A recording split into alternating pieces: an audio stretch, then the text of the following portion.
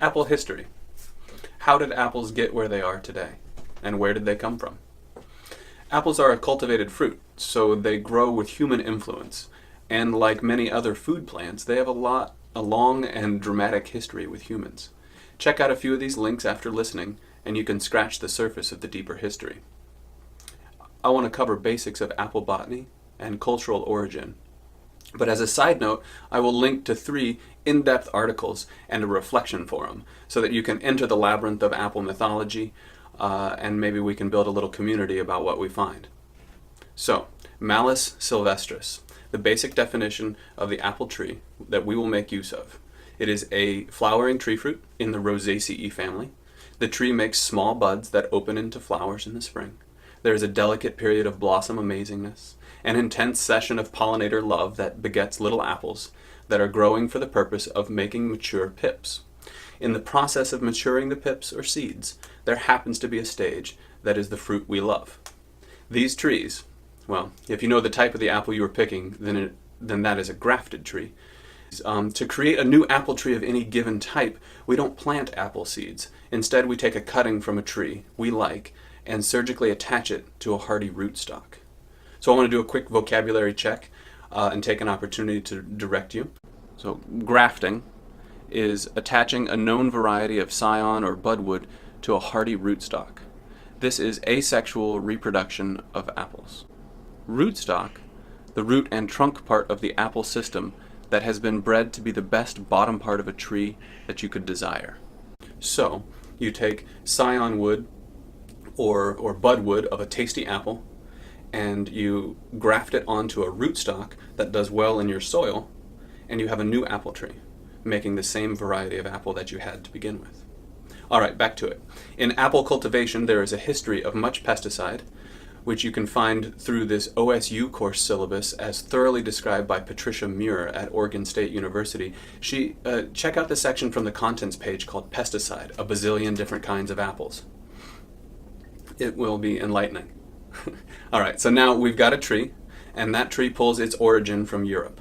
We know where apples came from, Kazakhstan, and we know where they are today, in a band of temperate subboreal climates all the way around the globe. So we can begin to connect past to present. So this is the apple map. The story itself played out by traders and civilizations. The transport of culture from east to west is the theme that we should all commit to memory. This historic timeline is deep, and I can only barely do it justice. So in this case, I will lay the intrigue down, and you can expand on your own. I will toss out some dates and some links that I think are helpful starting points to get you connected to the history of apples and apple trees. So, in 900 BCE, apple lore is connected to the goddess Aphrodite, which implies a common knowledge, meaning that apples had become so prolific and common in culture as to be widely known and then folded into colloquial religion. Okay? So from there we skip through 500 years of human life, full of apples, to Alexander the Great, who reportedly brought back dwarfed apple trees from the Kazakh mountains in 328 BCE. Okay, dwarfed meaning small on rootstocks that were specific to smaller trees, making them easier to cultivate.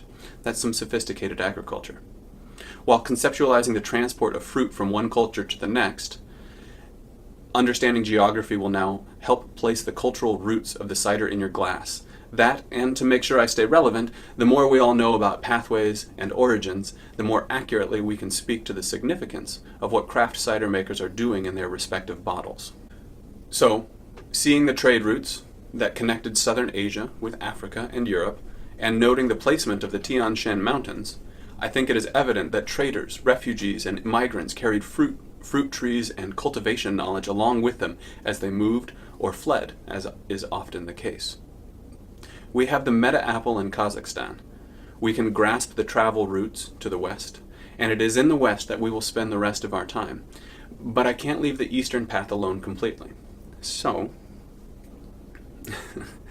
let's take a quick look at China.